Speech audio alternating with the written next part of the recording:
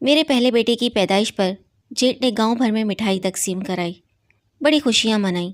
3 دن تک حویلی کے دروازے پر نوبت بجوائی اور اتنا کھانا بنوایا کہ بستی کے تمام لوگوں نے سیر ہو کر کھایا۔ پھر بھی دیگیں بچی رہیں تو یتیم خانے کو دان کر دیا گیا۔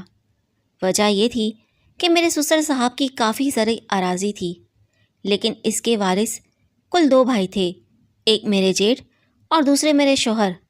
جیٹھ صاحب کی 3 بچیاں تھیں، مگر اولاد نرینہ نہیں تھی۔ وہ دعا کرتے تھے کہ اے خدا، اگر میرے نصیب میں بیٹا نہیں ہے تو میر عالم کو ہی بیٹا عنایت کر دے، ہماری جائیداد و ناموس کا کوئی تو وارث بنے۔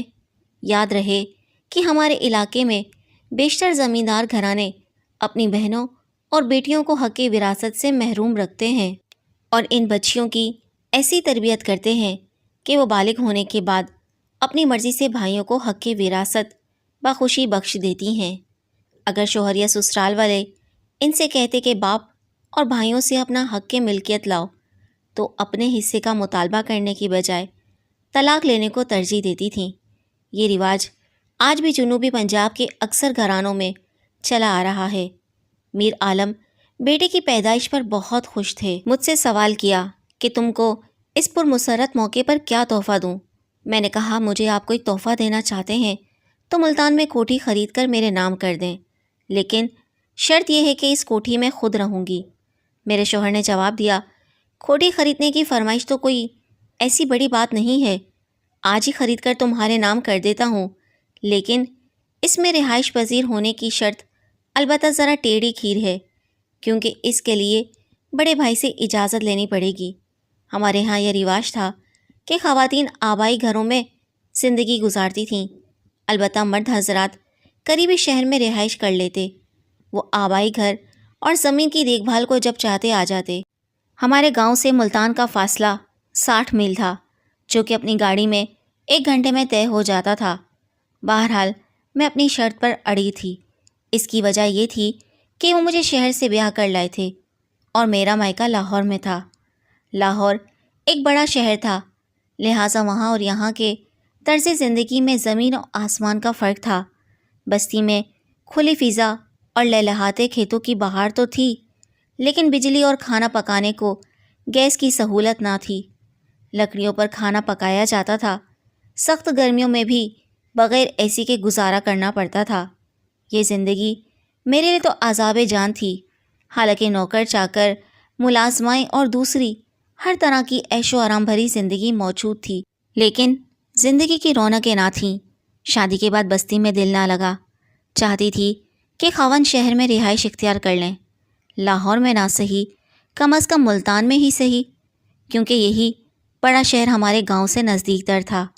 میر عالم نے قانون کی ڈگری لی تھی اور وہ شوقیہ پریکٹس بھی کرتے تھے، لیکن ان کی پریکٹس سٹی کورٹ تک محدود تھی، جبکہ ڈیرہ کے وکلاء کو اکثر مقدمات کی پیروی کے سلسلے میں ہائی کورٹ جانا ہوتا تو وہ ملتان جاتے۔ میں نے میر عالم سے تعویل پیش کی کہ آپ کو بڑا اور نامور وکیل دیکھنا چاہتی ہوں کہ آپ ہائی کورٹ کے وکیل بن جائیں۔ اس کے لیے آپ کا ملتان میں رہائش پذیر ہونا لازمی ہے، تو کیوں نہ ہم ملتان چل کر رہیں؟ جب بستی آنا ہو تو گھنٹے بھر کا سفر ہے، آتے جاتے رہیں گے۔ میری شدت خواہش کو بھانپتے ہوئے انہوں نے ملتان میں گھر خرید لیا اور ہم شہر میں شفٹ ہو گئے۔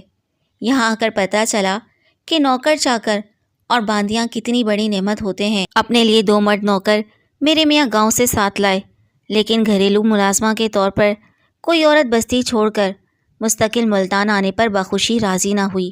جس کو لاتے چند دن ہمارے پاس رہ کر واپس بستی جانے کی رٹ لگا دیتی۔ کسی کو اپنے بچے یاد آنے لگتے تو کوئی کھلی ہوا میں سانس لینے کی عادی ہونے کے باعث دم گھٹنے کا راگ الاپنے لگتی تھی۔ کسی نہ کسی بہانے بے سکون کرتی۔ ہر ماہ ایک نئی عورت بستی سے بطور ملازمہ ہم منگواتے اور وہ 1 ماہ بھی سکون سے نہ رہتی۔ اس طرح کی افراتفری سے ذہنی پریشانی کا شکار ہو گئی۔ ایک تو بچہ چھوٹا تھا، اس کی دیکھ بھال، یوں بھی پہلے بچے کی پرورش میں بزرگ خواتین کی معاونت کی ضرورت ہوتی ہے، جبکہ میرے پاس یہاں میرے علاوہ کوئی نہ تھا۔ ساس پہلے ہی اللہ کو پیاری ہو چکی تھی۔ والدہ لاہور چھوڑ کر ملتان میرے پاس آنے پر راضی نہ تھیں۔ ان کا اپنا گھر بار تھا، دونوں چھوٹی بہنیں کالج میں زیر تعلیم تھیں، وہ بھی نہیں آتی تھیں۔ گاؤں میں جٹھانی، ان کی تینوں بچیاں اور میری نندیں بھی میرے بچے کی سیوا میں لگی ہوتی تھیں۔ وہاں مجھے گھر کے کام کاج بھی نہ کرنے پڑتے تھے، ملازمائیں تھیں۔ میں تو تنکا نہ توڑتی، ہل کر پانی بھی نہ پیتی تھی۔ پیاس لگتی تو ملازموں کو آواز دیتی کہ پانی لاؤ۔ سچ ہے کہ انسان کسی حال میں خوش نہیں رہتا۔ اپنے گاؤں والے گھر میں 100 نعمتیں تھیں، عیش و آرام تھا، چھپر کھٹ پر بیٹھ کر راج کرتی تھی اور دکھی رہتی تھی۔ گرمی کا رونا، بجلی کا نہ ہونا، یہی سب سے بڑا دکھ تھا۔ اور یہاں اکیلی کوٹھی کا انتظام، میاں صاحب کے روزانہ کے مہمانوں کا کھانا بنانا اور چھوٹا سا بچہ، گویا کہ ذمہ داریوں کا پہاڑ ہی تو مجھ پر ٹوٹ پڑا تھا۔ سچ ہے کہ مشترکہ فیملی سسٹم بھی ایک بڑی نعمت ہے۔ ہم کو جب اکیلی زندگی کے مسائل کا سامنا کرنا پڑا تو دماغ ٹھکانے آ گیا۔ ملتان میں ملازمہ جو بھی ملی، مطلب کی نہ ملی، یہ اپنی مرضی سے آتی جاتی اور انہیں تو پیسوں کی جیسے پرواہ نہ تھی۔ ذرا سی بات کہہ دو تو کام چھوڑ کر چلی جاتی، پھر دوسری کا تردد کرنا پڑتا، نئے سرے سے ہر کام سمجھانا پڑتا۔ مہمان زیادہ آ جاتے تب ان کی بڑبڑ شروع ہو جاتی۔ ان کے تو مزاج ہی نہ ملتے تھے اور ہم اس قسم کے ملازمین کے عادی نہ تھے۔ گاؤں میں تو جو کہو، ہمارے خدمتگار سر جھکا کر ہر حکم کی اطاعت کرتے تھے۔ میں بہت جلد تنگ آ گئی۔ بڑے شہر کی سکونت میں سب سے بڑا مسئلہ میرے لیے اب کسی اچھی خدمتگار عورت کا نہ ملنا تھا، جو سکون دے، اچھا کام کرے اور میرے مزاج کی ہو۔ 2-4 ملازمہ عورتیں ایسی بھی ملی جو اچھی خدمتگار تھیں اور میری مرضی کا کام کرتی تھیں، مگر انہوں نے میری کچھ اشیاء چرا لیں۔ جب مجھے علم ہوا، ان کو نکال دینے میں ہی عافیت سمجھی۔ اب یہ مسئلہ چل رہا تھا کہ اللہ تعالیٰ نے پھر سے گود ہری کر دی اور میں دوسرے بچے کی ماں بن گئی۔ میرا پہلا بیٹا میر محمد صرف 1 سال 2 ماہ کا تھا اور دوسرا بیٹا میر خضر پیدا ہو گیا۔ 2 چھوٹے بچوں کو سنبھالنے میں تو میں باولی ہو گئی۔ کمی ملازمہ ہوتی تو کبھی نہ ہوتی۔ ایک روز رو کر خدا سے دعا کی، اے اللہ مجھے کوئی اچھی خدمتگار عطا کر دے، 100 نفل نماز شکرانہ ادا کروں گی۔ خدا نے میری دعا سن لی۔ ان دنوں جو عورت میرے گھر کی صفائی کرنے آتی تھی، اس نے کہا کہ میرے محلے میں ایک عورت نے مجھے کہا ہے کہ وہ اپنی 11 برس کی لڑکی کو کسی شریف گھرانے میں دن رات کے لیے رکھوانا چاہتی ہے۔ اگر آپ کہیں تو اس لڑکی کو کل ساتھ لے آؤں۔ اندھا کیا چاہے 2 آنکھیں، فوراً لے آؤ۔ میں نے جواب دیا۔ اگلے روز گلزار اپنے ہمراہ ایک عورت اور بچی کو لے آئی۔ بچی کو پہلی نظر دیکھا تو وہ مجھ کو اچھی لگی، کچھ سہمی ہوئی سی، غربت کی ماری، لیکن چہرہ پھر بھی شہزادیوں جیسا تھا۔ اتنی حسین لڑکی اس عورت کی تو نہیں ہو سکتی۔ میں نے اس کی سانولی اور قدرے موٹی ماں کی طرف دیکھ کر سوچا، ماں بھی بری شکل کی نہ تھی، مگر لڑکی تو حسن میں کمال تھی۔ کیا تمہاری اپنی بیٹی ہے؟ تبھی میں نے عورت سے سوال کیا۔ ہاں بیگم صاحبہ، یہ میری اپنی بچی ہے، میری کوکھ سے پیدا ہوئی ہے۔ لگتا ہے اس بچی کا باپ خوبصورت ہوگا۔ میں نے دل میں خیال کیا، بی بی جلدی سے تنخواہ طے کر لیں، میرا خاوند باہر کھڑا ہے، جلدی لوٹ کر جانا ہے۔ کیا تمہارا خاوند ساتھ آیا ہے؟ ہاں جی، واپس اکیلی کیسے جاتی؟ ہم تو قاسم بیلا سے آئے، گھر یہاں سے دور ہے۔ اچھا تو کیا تنخواہ لوگی؟ 6,000 پر آپ اس کو دن رات رکھ لیں، مہینے میں بس 1 دن کے لیے اسے لے جاؤں گی، صبح لے جاؤں گی اور شام کو واپس چھوڑ جاؤں گی۔ یہ اپنے بہن بھائیوں سے مل لے گی، مجھے منظور ہے۔ اب تم اسے چھوڑ جاؤ، میرے گھر کے ماحول کے بارے میں بے فکر ہو جاؤ۔ اماں گلزار 6 ماہ سے میرے پاس کام کر رہی ہیں، ہمارا ماحول جانتی ہے۔ میں نے اسے اطمینان دلایا، بی بی کچھ ایڈوانس دے، ہم بہت غریب ہیں اور ہمارے پاس واپسی کا کرایہ بھی نہیں ہے۔ اچھا ٹھیک ہے، میں نے اسے 2,000 کے نوٹ تھما دیے تو وہ خوش ہو گئی۔ جب وہ گھر سے نکلی، گیٹ بند کرنے سے قبل میں نے ذرا سا تک کر دیکھا، ایک کالا شخص جو اس کا خاوند تھا مجھے نظر آ گیا۔ اوف خدا، تو کیا یہی اس پری چہرہ بچی کا باپ ہے؟ ہرگز نہیں، یہ اس لڑکی کا باپ نہیں ہو سکتا۔ بچی کی ماں کے نقوش تو پھر بھی بھلے سے تھے۔ سوچ کر رہ گئی کہ مجھے بچی کی ضرورت تھی، 24 گھنٹے میرے پاس رہے گی، میرے چھوٹے بچوں کو دیکھے گی، چھوٹے بچوں کے تو اوپر کے 100 کام ہوتے ہیں، دوڑ دوڑ کر کرے گی، مجھے اس سے کیا کہ اس کے ماں باپ کیسی شکل و صورت کے ہیں۔ اس کی ماں کے جانے کے بعد میں نے لڑکی سے اس کا نام پوچھا، سائرہ۔ وہ بولی، نام تو تمہارا بہت اچھا ہے، ہاں میرے اپنے ابو نے رکھا تھا۔ اچھا ٹھیک ہے، میں نے بچی کے کہے ہوئے فکرے پر غور نہ کیا۔ سائرہ 1-2 دن لیے دیے رہی، پھر نارمل ہو گئی۔ وہ بہت اچھی اور اطاعت گزار ثابت ہوئی، جو کام کہتی دوڑ کر پوری توجہ اور مصدی سے کرنے کی کوشش کرتی تھی۔ بہت جلد میری مرضی میں ڈھلتی گئی اور جس طرح میں چاہتی تھی ویسی ہی خدمت گزار بن گئی۔ سائرہ کے آ جانے سے بہت سکون ملا۔ اس کی ماں بھی ہفتہ 15 دن بعد آ کر مل جاتی، مجھے کوئی اعتراض نہ تھا۔ میرے پاس روپے پیسے کی کمی نہ تھی، مجھے تو بس سکون درکار تھا، جو سائرہ نے دیا۔ بدلے میں اس کی ماں جو فرمائش کرتی میں پوری کر دیتی، رقم کا تقاضا کرتی تو کبھی جوڑے مانگتی، میں اپنے ذرا اترے جوڑے جمع رکھتی اور وہ لے جاتی۔ ایک بار کچھ سامان کی فرمائش کی، 10,000 اس کے ہاتھ میں تھما کر کہا، خود جا کر خرید لو۔ ایک بار آئی تو بولی، برسات میں چھت سے پانی آتا ہے، کمرے کی ہر شے بھیگ جاتی ہے۔ میں نے 20,000 دیے کہ نئی چھت ڈلوا لو۔ غرض میں کسی صورت سائرہ کو اسے نہیں لوٹانا چاہتی تھی، کیونکہ وہ میرے گھر کا حصہ بن چکی تھی۔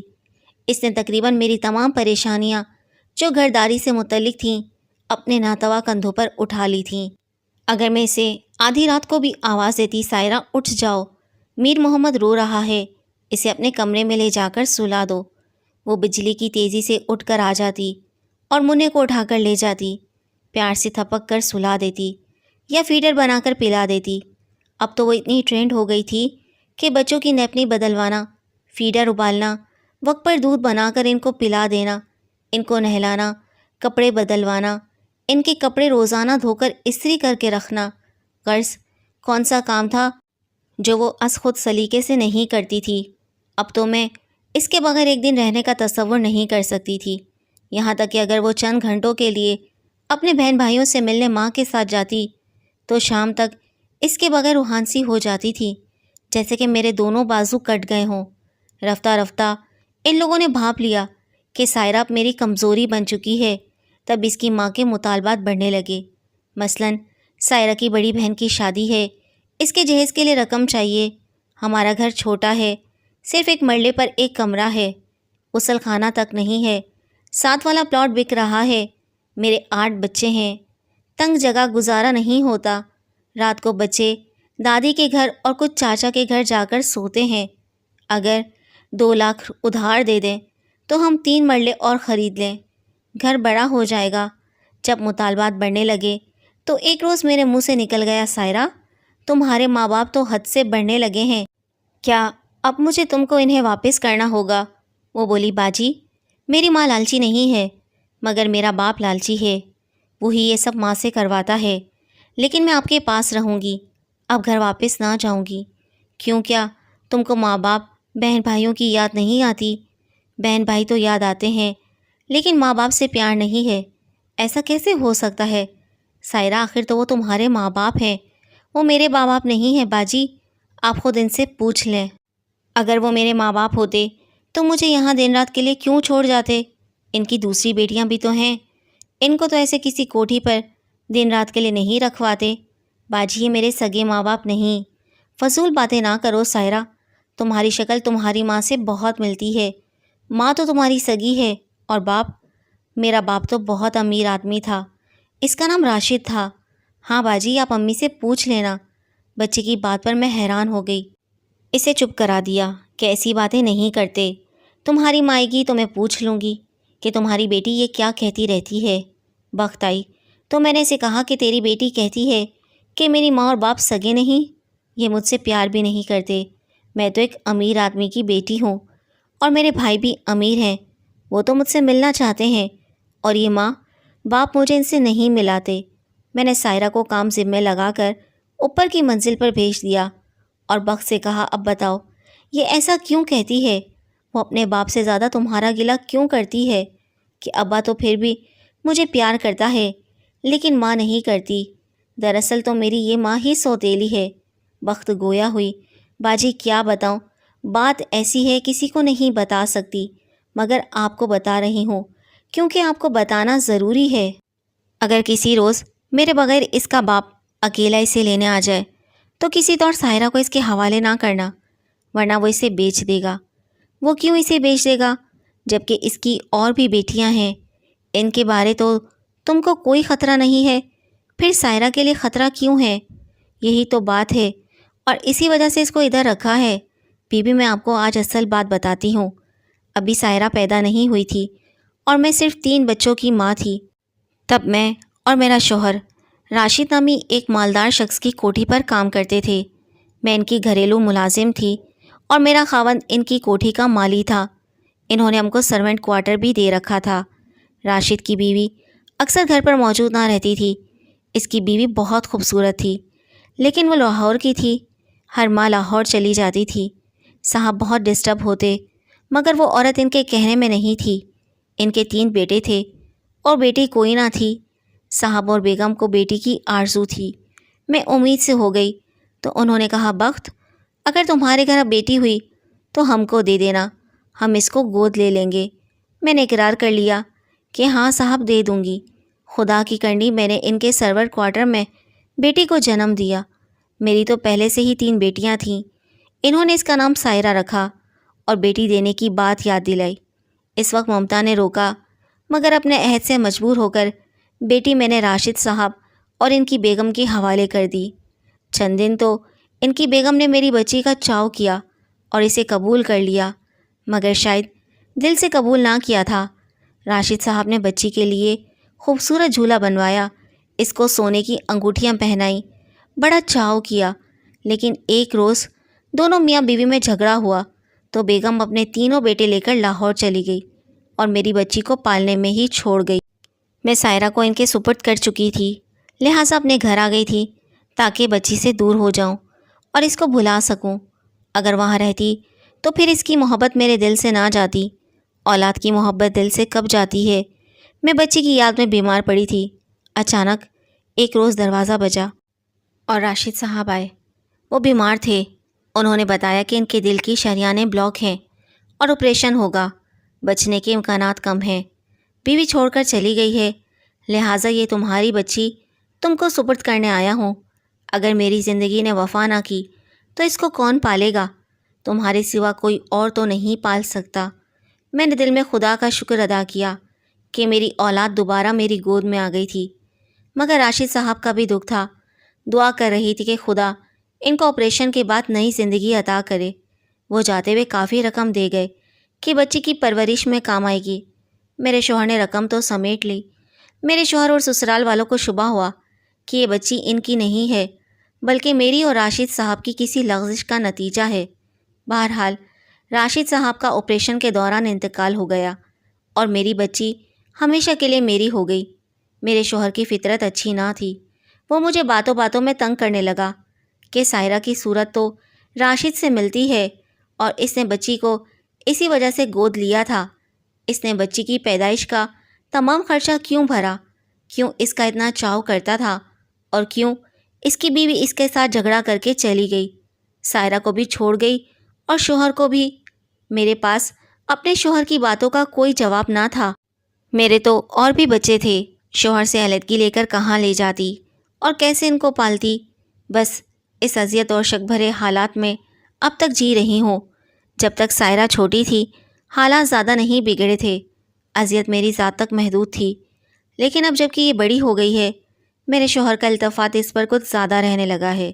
اس بات سے میں خوفزدہ رہتی ہوں کہ التفات ساحرہ کو کہیں نقصان نہ پہنچائے۔ اگر وہ کسی انتقامی کارروائی پر اتر آیا تو اسے نقصان پہنچائے گا یا اسے مجھ سے چوری بیچ دے گا تو میں کیا کر لوں گی؟